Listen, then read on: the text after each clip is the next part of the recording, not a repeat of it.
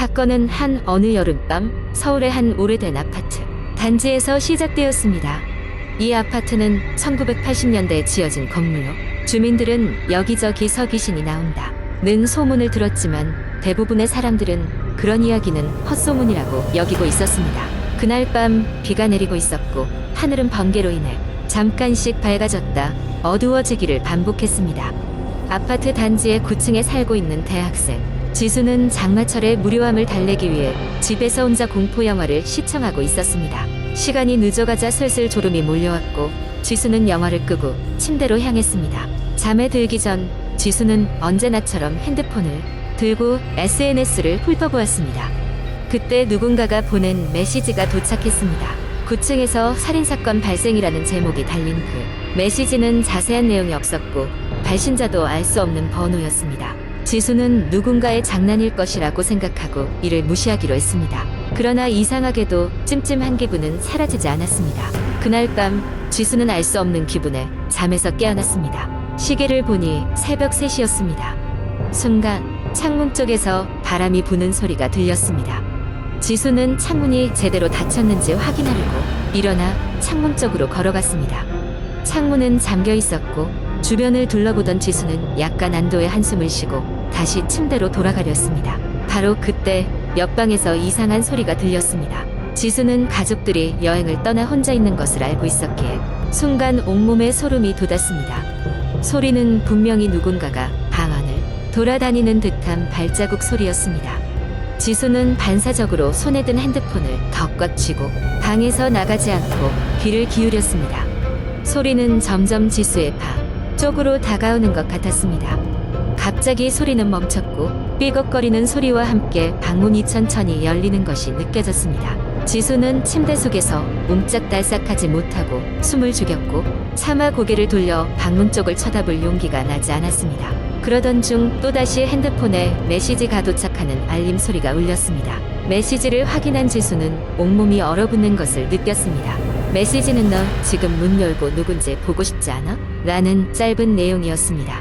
순식간에 방 안의 공기가 차가워졌고 지수는 서서히 고개를 돌려 방문을 바라보았습니다. 그곳에는 아무도 없는 것처럼 보였지만 공기는 묘하게 휘어져 보였고 뭔가 부자연스러운 느낌이 들었습니다. 그리고 방문 너머로 보이는 거실에는 약간의 그림자가 보이는 것 같았습니다. 지수는 너무 무서워 몇 걸음 뒤로 물러나 침대 뒤로 몸을 숨겼습니다. 심장이 터질 것 같았고 눈을 꼭 감은 채 도저히 눈을 뗄 용기가 나지 않았습니다. 시간은 천천히 흘렀고 어느 순간 모든 소리가 멈췄습니다. 다시 눈을 떠보니 창밖에서는 여명이 밝아오고 있었습니다. 혹시 내가 꿈을 꾼 것은 아닐까 의심했지만 핸드폰에 남아있는 메시지가 그게 현실이었음을 증명하고 있었습니다. 지수는 부모님이 오시기 전에 이 일을 설명하기 위해 친구에게 전화를 걸었습니다. 친구는 곧바로 지수의 집으로 달려왔고 지수의 말을 듣고 두려움에 휩싸였습니다.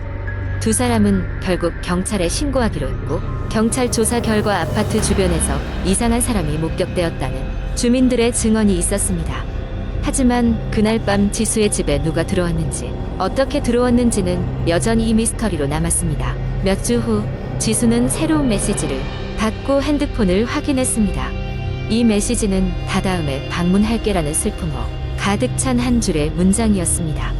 지수는 결국 아파트를 떠나 다른 곳으로 이사하였고 이후에는 더 이상 그런 메시지를 받지 않았습니다.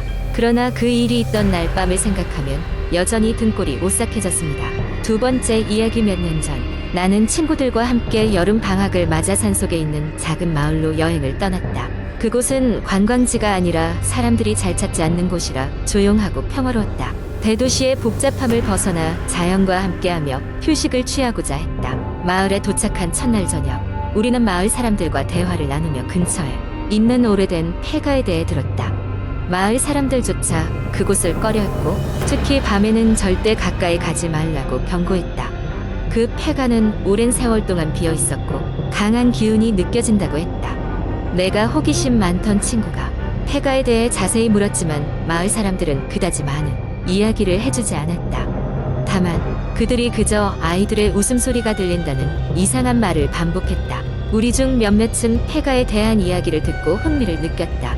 결국 함께 모험심이 강한 친구 둘과 나는 그 폐가를 한번 들여다보기로 했다. 우리는 손전등과 휴대폰의 플래시를 챙기고는 늦은 밤 폐가로 향했다. 마을 사람들의 경고에도 불구하고 우리의 호기심은 이성을 이겼다. 폐가는 숲속 깊은 곳에 자리 잡고 있었다. 오래되어 보이는 나무로 된 집은 무너져 내릴 것 같았고 창문 몇 개는 깨어져 있었다. 지금은 사용되지 않는 우물과 자라난 잡초가 주위를 둘러싸고 있어 을씨년스러웠다. 우리는 집 내부로 들어가기 전에 잠시 멈추어 서로를 쳐다보았다. 떨리는 마음을 숨기고 서로를 다독인 후 천천히 문을 밀어 폐가 안으로 들어갔다. 집안은 어둡고 먼지로 가득 찼다. 벽에는 오래된 그림들이 몇 개 걸려 있었고 낡고 찢어진 가구들이 여기저기 흩어져 있었다. 친구 중 한 명이 집안을 둘러보며 작은 목소리로 아이들이 여기서 뭐 하겠어? 라고 중얼거렸다. 하지만 그 순간 우리는 분명히 들었다. 작은 아이의 웃음소리가 분명했다. 갑자기 등골이 오싹해지며 우리는 그 자리에서 얼어붙었다. 소리의 출처를 알 수 없었다. 그냥 집은 모두 텅 비어있는 것 같았는데 말이다. 우리는 서둘러 집을 나가려 했지만 어디선가 또 다른 소리가 들렸다. 이번에는 낮고 웅얼거리는 소리로 마치 누군가 우리에게 말을 걸고 있는 것 같았다. 공포에 휩싸여 우리는 즉시 집을 벗어나기 시작했다. 그때였다. 손전등이 깜빡거리기 시작하더니 완전히 꺼져버렸다. 우리는 휴대폰 플래시를 켜고 나머지 길을 더듬더듬 나아갔다. 다행히도 우리는 무사히 폐가를 벗어나 마을로 돌아올 수 있었다. 하지만 그날 밤 이후로 우리는 폐가에 대해 그다지 언급하지 않게 되었다. 마치 그 이야기 자체가 우리를 따라다니는 듯한 기분이었기 때문이다. 마을 사람들의 경고가 현실임을 깨달은 우리는 다시는 그곳에 가고 싶은 생각이 들지 않았다. 이 사건 이후로 몇 달이 지나고 나는 친구와의 모임에서 그 폐가에 대해 다시 언급하게 되었다. 친구는 그날의 경험이 너무 생생하다며 아직도 가끔씩 그 웃음소리가 생각난다고 했다. 아마 우리는 그곳에서 무언가의 존재를 느꼈던 것 같다. 그날 이후로 나는 이상한 느낌이 들 때마다 마을 사람들이 했던 경고와 그날 밤의 공포를 떠올린다. 무언가가 그 폐가에서 우리를 지켜보고 있었던 것일까? 지금도 그 답을 알 수 없다. 세 번째 이야기. 캠핑을 즐기는 몇몇 친구들이 가을이 초입에 있는 어느 쌀쌀한 주말 강원도 깊숙한 산속으로 캠핑을 떠났습니다. 인터넷에서 찾아낸 비밀스러운 장소로 근처에 있는 호수와 밤하늘의 별들을 감상할 수 있는 곳이었죠. 도심에서 벗어나 자연과 함께 시간을 보내려는 그들의 기대감은 컸습니다. 첫날은 별 문제 없이 지나갔습니다. 텐트를 치고 모닥불을 피우고 둘러앉아 서로의 삶과 계획에 대해 이야기했습니다. 그날 밤 하늘은 유난히도 맑아 별자리를 식별하기에 완벽했습니다. 그들은 이렇게 만족스러운 하루를 보내고 깊은 잠에 빠졌습니다. 다음 날 아침 그들은 호수 근처를 산책하기로 계획했습니다. 그리고 그곳에서 이상한 것을 발견했습니다. 호수 가장자리에 누군가 일부러 깔아놓은 듯한 낮고 빛바랜 인형이었죠. 그 인형은 마치 오랜 시간 방치된 것처럼 보였고 자연스레 사가 들어가고 있었습니다. 친구들 중 하나가 장난을 치듯 인형을 들어 올려 우리랑 같이 캠핑할 친구를 발견했네 라고 말하며 웃었습니다. 그들은 이 일을 대수롭지 않게 여기며 인형을 근처 나무 가지에 걸어두고 산책을 마쳤습니다. 그날 밤 본격적인 캠핑의 절정을 맞이하며 작은 술자리를 벌이고 있었습니다. 그런데 그때부터 이상한 일이 시작되었습니다. 밤하늘에서 바람이 불기 시작했고 모닥불의 불빛이 흔들렸습니다. 그때 옆에 있던 나뭇가지에서 쿵 하는 소리가 들렸습니다. 그들이 낮에 걸어둔 인형이 땅에 떨어진 것입니다. 누군가 놀이로 다시 그 인형을 제자리로 올려놓았지만 가슴 한편에 스치는 불길한 느낌은 지울 수가 없었습니다. 새벽이 되자 친구 중 한 명이 텐트 밖에서 들리는 속삭임 소리에 잠에서 깼습니다.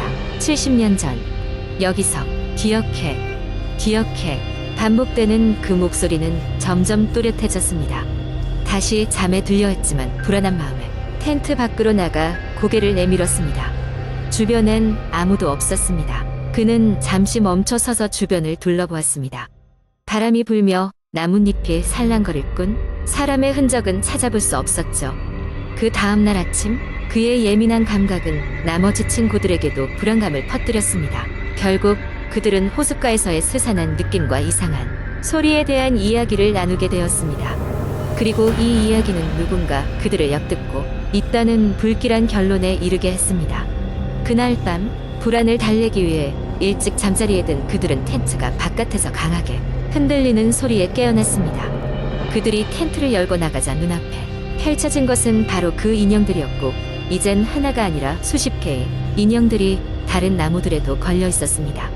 패닉에 빠진 그들은 반쯤 잠이 들었다 가방을 챙겨 정신없이 달려나왔습니다. 그들의 뒤로는 기분 나쁜 웃음소리와 울부짖는 소리가 메아리쳤습니다.